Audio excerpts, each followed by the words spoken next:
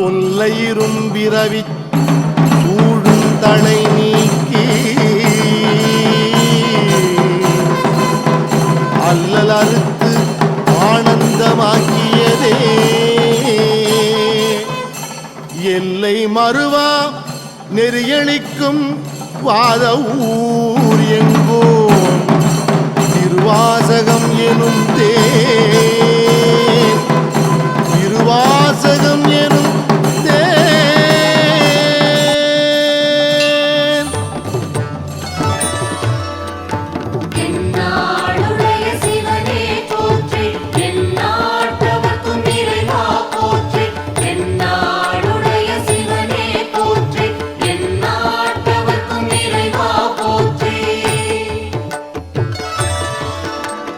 நமச்சிவாய வாழ்க.